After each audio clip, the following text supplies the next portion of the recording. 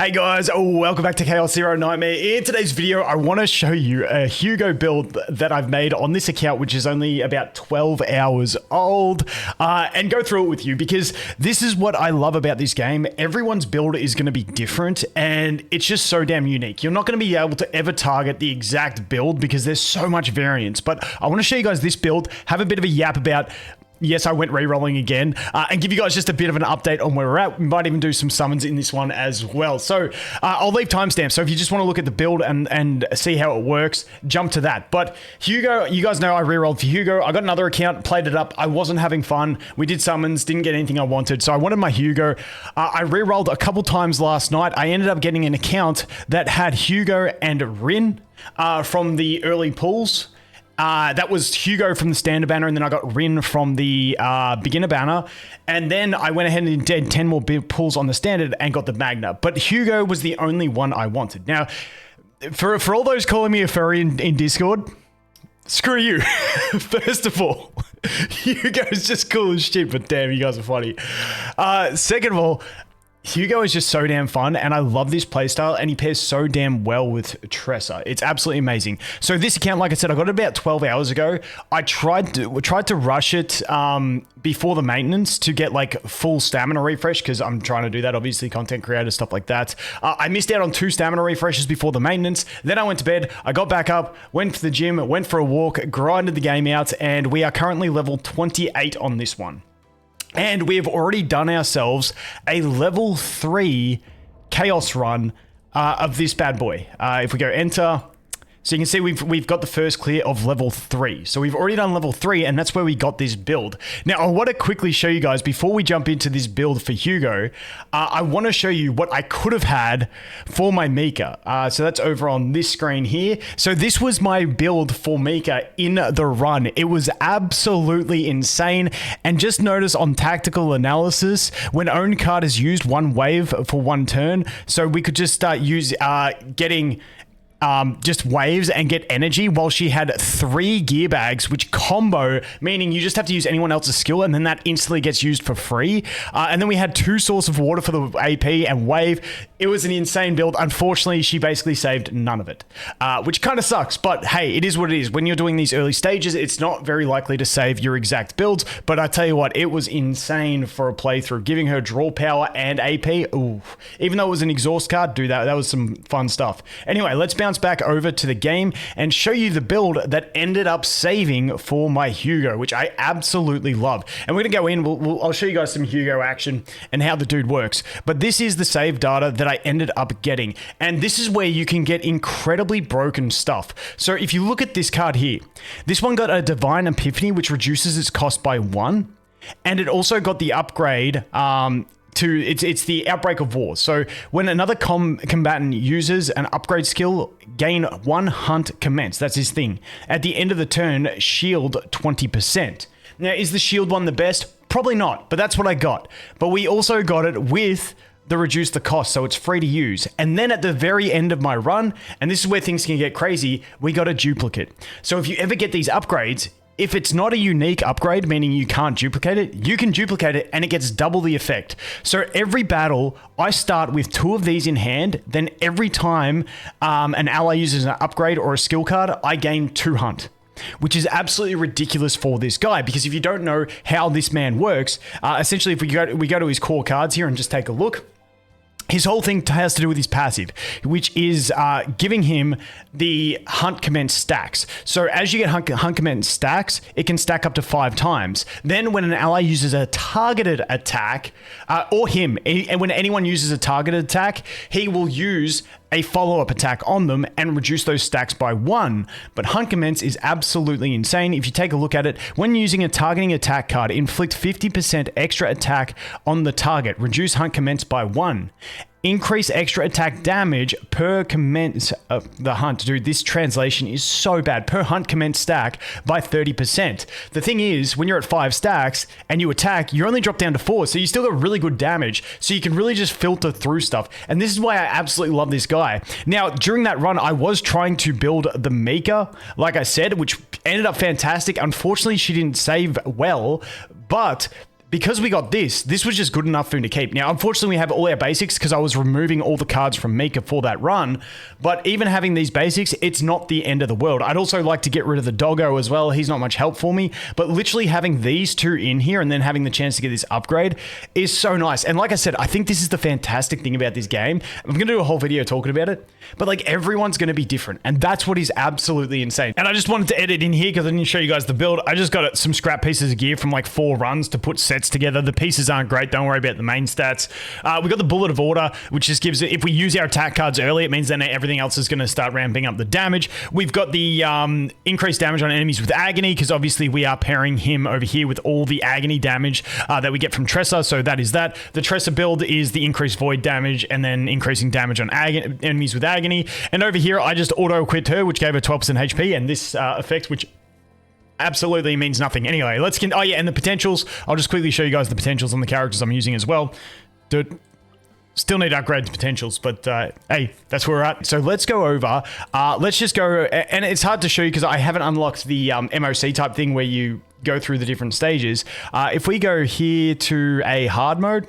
I've just been working my way through some stuff. Okay, I just want to jump in and show you guys. Now, obviously, these highlight videos will get better when we get to the end game and we've actually got the real hard content that everyone's on at the same time to go through. But I want to show you this build. Now, we are pairing him as well with these two, and you'll see why, because dude, the synergy between these guys is absolutely fantastic. And then I've just got supporters that have shields, and then he's got a bit of shield as well, which sort of gets my shielding done. Now obviously in this stage it's not going to be hard, but as you can see, we've got this outbreak of war. So this starts in my hand every battle, no issue. So if we go over here, dude, I love this stuff. I'm having so much fun in this bloody game. Now, because I got Hunting Instincts type 2, when another combatant uses an upgrade or skill card, he gains 2. It's so damn nice. All right. So I had to do that. And we also get that fixed shield, which is only small, but hey, we'll take it. Now, the build that I have for Tressa is that we get this one, which has Outbreak of War, 2 Agony on all enemies, and at the start of the turn, 2 Agony to all enemies, and it also gives 1 Morale and 1 Resolve from the Divine Epiphany. Fantastic card. Also starts in, and as we use it, you can see up here next to Hugo, we go ahead and we get 2 stacks. Now we've got we can get ourselves up to 4. Perfect. Now with these 3 Outbreak of War, our first turn is normally dead unless we draw the card that lets her generate her daggers, but we still get to go ahead and do this. Boom. And then as you can see, because we use the follow attack, our stacks went down by 1. So let's go ahead and end the turn. But it really starts ramping up from there. Okay, perfect. So now we're at 3 stacks. We're going to use this. We get up to 5 stacks. Perfect.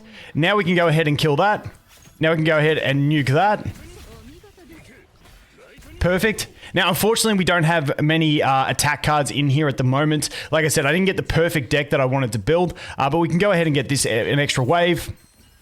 And then we can just take the heal and then just dump these 2 because unfortunately it's all we have. Now we do also have Tressa's ultimate, which my face is covering. Actually, let's move my head over here and see if that's a little bit better.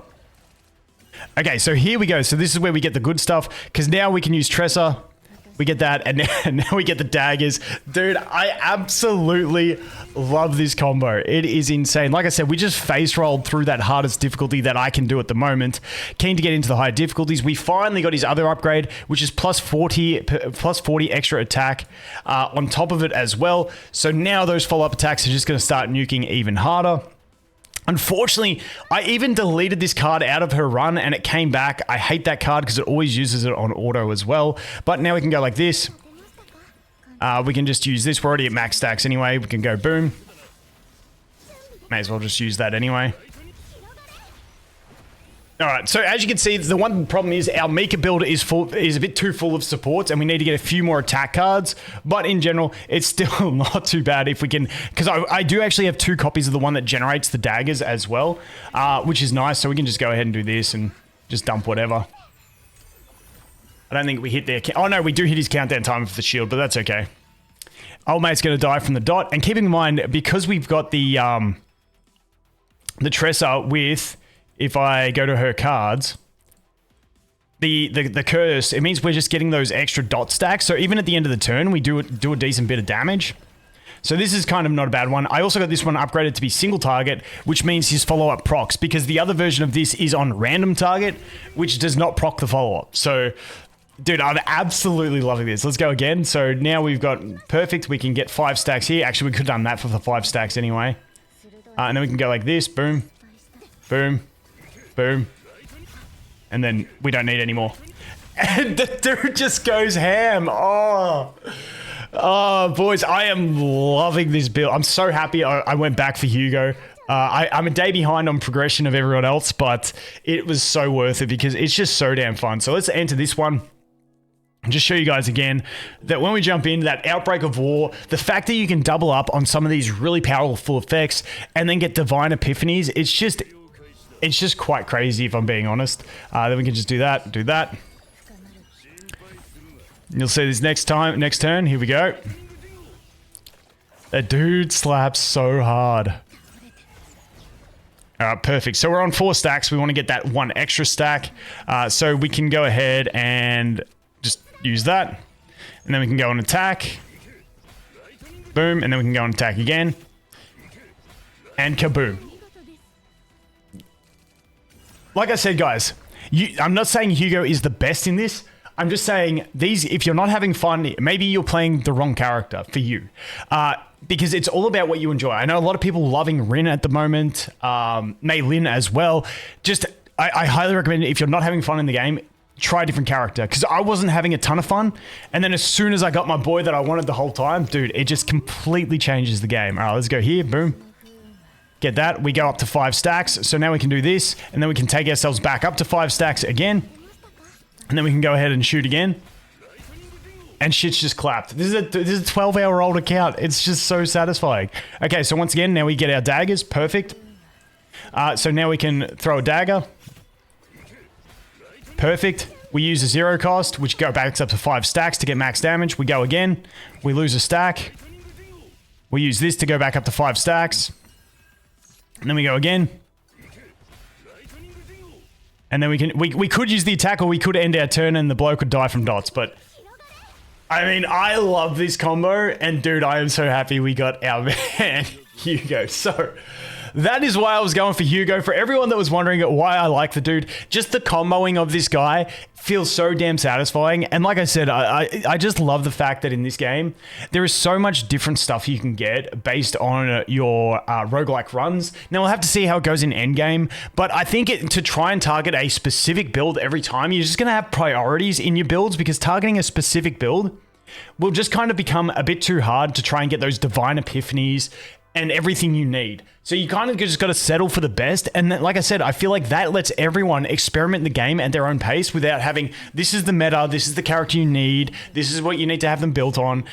It just completely changes that. Now you can see on auto, the auto is very stupid here. It used her upgrade before his upgrade, which means we got no stacks, which is frustrating. But, you know, it is what it is. AI is going to be stupid when AI is stupid. Let's just run through this one on auto, see how the auto goes.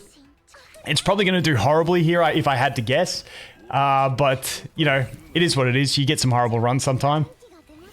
Okay, we're at 5 stacks. Use the dagger. Perfect. Boom. The dude just slaps. Dude, if I had better attacks in this kit with this double Outbreak of War, it'd be fantastic. Ooh, there we go. Double Unleashed Dagger. It's super clean. Oh, dude. There we go. Boom. And away you go. And yeah, with this, it's just hard for him to drop below 5 stacks. It's just so satisfying. Now, can he kill with this 1 attack card? No, he cannot. Close though. 346 on the follow-up is not too shabby at all. All right, let's end it. Actually, you know what we're gonna do? We're gonna do this. We're gonna do this. And we're gonna finish off with a big ult by the man, because animations are sick too. Look at it. Look at it go, dude. It does. His ult doesn't even do as much as the follow up. But now the ult is AOE. That said, but there you go. That is the Hugo build. Oh wait, I thought we were done. That's okay, because we can still do this. We can get that. Boom. Then we go dagger.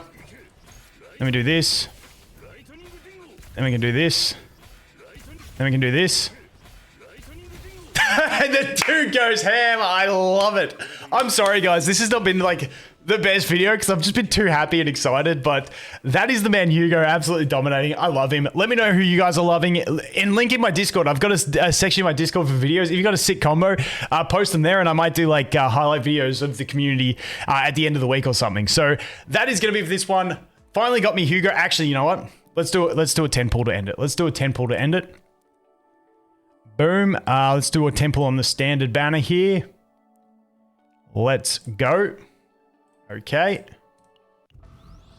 No flicker. Oh, that's a nice dupe though. You know what? While we're here, let's do one more and then we'll save the rest for a stream or something. Let's do one more temple. Flicker? No flicker? Okay. Now, I believe you can miss the flicker on the screen, but she can still look up sometimes. No. So, and there's no fake out past this from what I've seen. But who do we get? Dude. Because I'm still missing the 4-star supports. That's the one thing I'm missing on this account is the 4-star support roster. If we go to combatants. So we're missing Cassius and Nia. So eventually I'll get them. Anyway, guys, I'm going to shut up now. As always, thanks for watching. Hope you have an awesome day and I look forward to seeing the next one. Cheers.